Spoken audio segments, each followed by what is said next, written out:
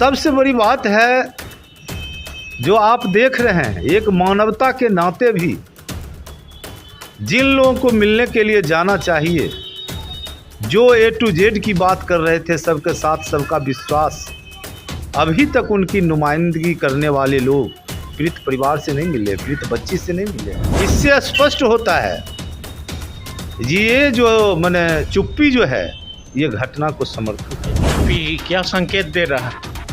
स्पष्ट संकेत दे रहा है जुए मुस्लिम समाज को निशाना बनाते हैं, मुस्लिम के खिलाफ घृणा, नफरत, हिंसा भड़का रहे हैं, भड़काने वाली बयान दे रहे हैं देश में। और तमाम भाजपा के ओहदे वाले लोग जो मंत्री हैं, सांसद हैं, वे हिंसा और घृणा पैदा कर रहे हैं मुस्लिम के खिलाफ। इसी का परिणति है 5वीं मासूम बच्ची के साथ बलात्कार कांड।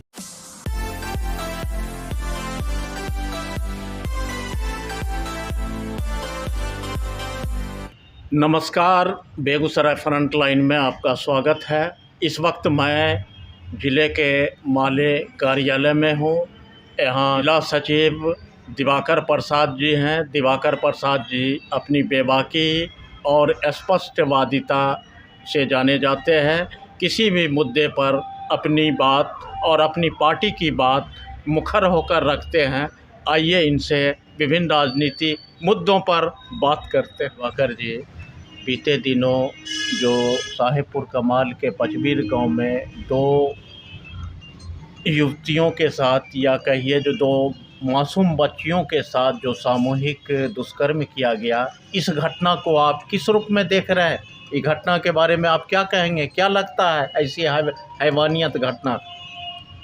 ये जो घटना घटी है, 2 मासूम बच्ची, एक 6 साल का है और एक 9 साल का है, ये बहुत ही क्रूरतापूर्ण घटना है, मध्ययुगीन बर्बरता है और दर्दनाक है। इसकी जितनी निंदा की जाए वो कम है।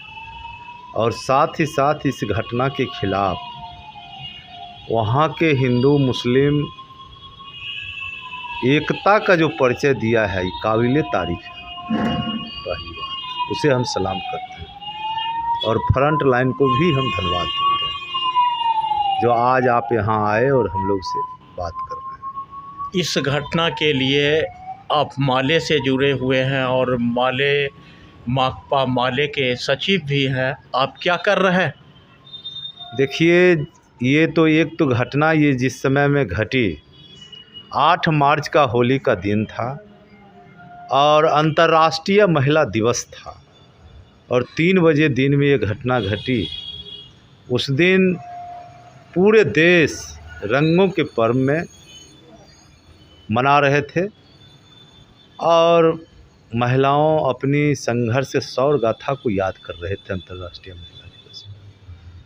ये घटना की मुझे ज्यों की सूचना मिली, हमने तत्काल 9 तारीख को पीड़ित परिवार के पास पचबीर पहुंचकर घटना की दर्याप्त की और ग्रामीण लोगों से मिलकर के मीडिया के जरिए निंदा करते हुए तमाम अभियुक्तों की गिरफ्तारी की मांग की और साथ ही साथ उन 2 मासूम बच्ची को समुचित इलाज हो और अभियुक्तों को स्पीडी ट्रायल चला करके कड़ी से कड़ी सज़ा मिले और पीड़िता को 25-25 लाख रुपया मुआवजा मिले।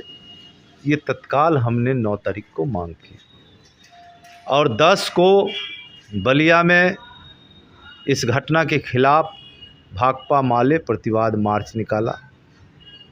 साथ ही साथ 12 तारीख को हमने जिला हेडक्वार्टर में मार्च निकाला आंदोलन तेज करते हुए और संध्या में अखिल भारतीय महिला एसोसिएशन यपवा की टीम दौरा की अस्पताल का और हमने अस्पताल के अंदर भी जो देखा, सही मायने में 9 तारीख को बच्चा को जीर्ण शीर्ण अवस्था में पड़ा हुआ था और सीएस से बात करके तत्काल उसकी समुचित इलाज की हमने मांग की और लगातार कहिए तो इसी दरमियान 14 को भाकपा माले के विधायक दल के नेता कॉमरेड महबूब आलम सहित तमाम लोग पचबीर गांव का दौरा किए, मेडिकल सदर अस्पताल जाकर के हालचाल लिया गया।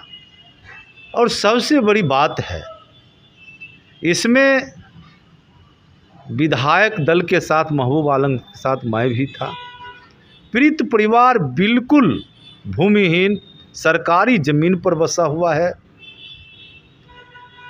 इस लेकर के हम लोगों ने सरकार से मांग किया है जो उनके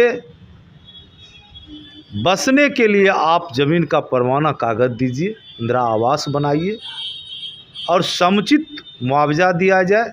और अभी भी आश्चर्य की बात है, इतनी बड़ी आंदोलन हो गया, हमारे विधायक दल विधानसभा में प्रदर्शन किए, माले के विधायक, और विधानसभा में मजबूती से इस सवाल को उठाया जाएगा। और साथ ही साथ जो है आश्चर्यजनक की घटना है, जो अभी तक 2 अभियुक्त फरार है, उसकी गिरफ्तारी नहीं हो रही है।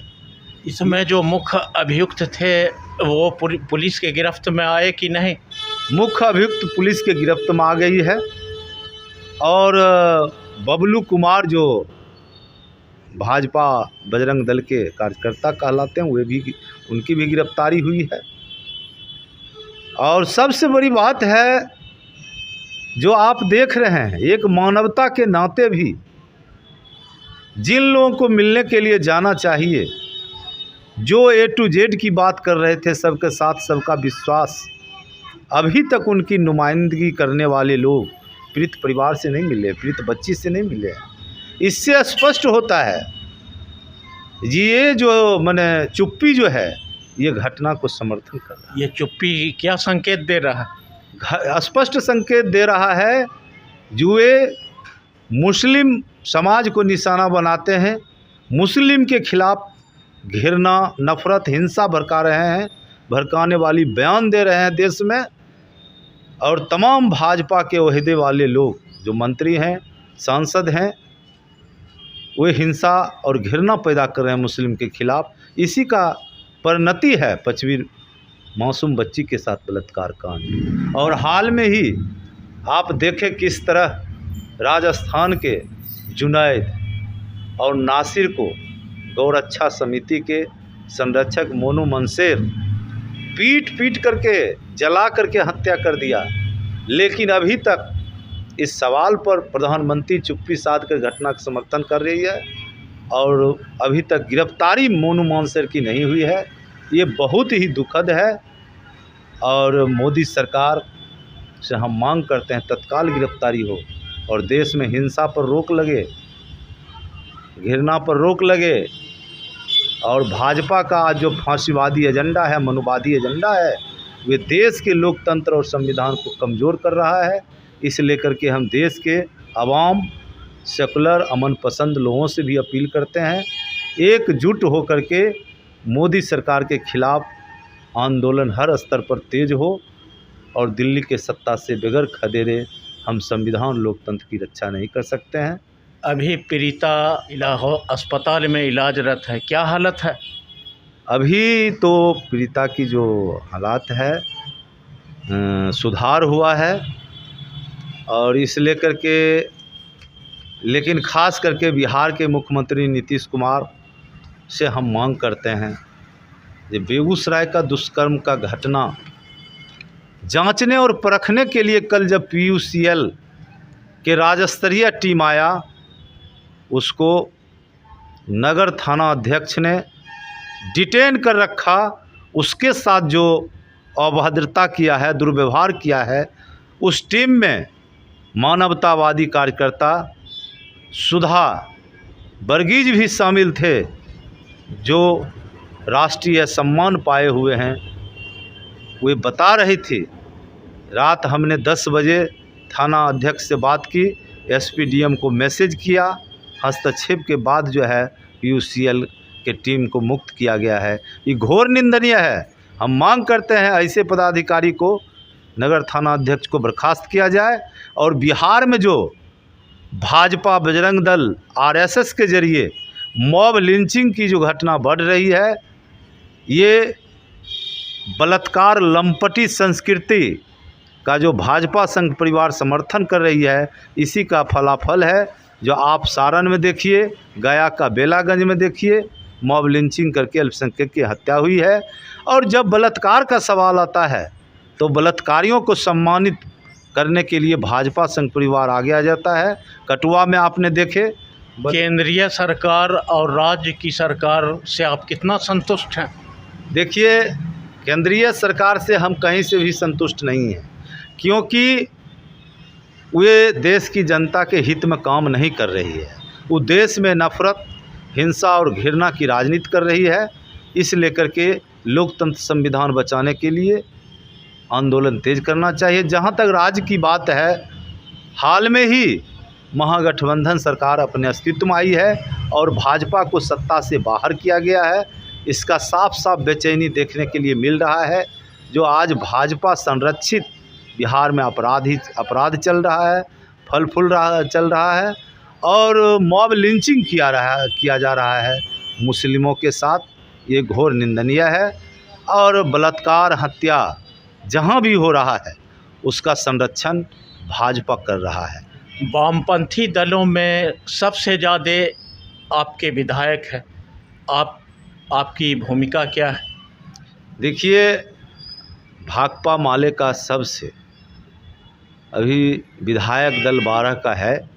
हम लोग विधानसभा के अंदर भी जो जनता का सवाल है उसका आवाज़ बने हुए हैं, बुलंदी से हम आवाज़ उठा रहे हैं। और शिक्षा, रोजगार, स्वास्थ्य के सवाल पर और गरीबों के झोपड़ी उजारने के सवाल पर लगातार हम लोग आंदोलन कर रहे हैं। और नीतीश कुमार से हम मांग करते हैं जो स्वास्थ्य के मामले में एक बिहार में आमूलचूल सुधार हो, शिक्षा के मामले में सुधार हो और बेरोजगार नौजवानों को 10 लाख नौकरी का जो सवाल है वो दिया जाए। और तमाम बेरोजगार नौजवानों को जब तक नौकरी नहीं देते हैं आप भत्ता उसको दीजिए। और साथ ही साथ बिहार में आज आप जो देख रहे हैं, भाजपा अपने विपक्षी सरकार को अस्थिर करने में, गिराने में जुटी हुई है।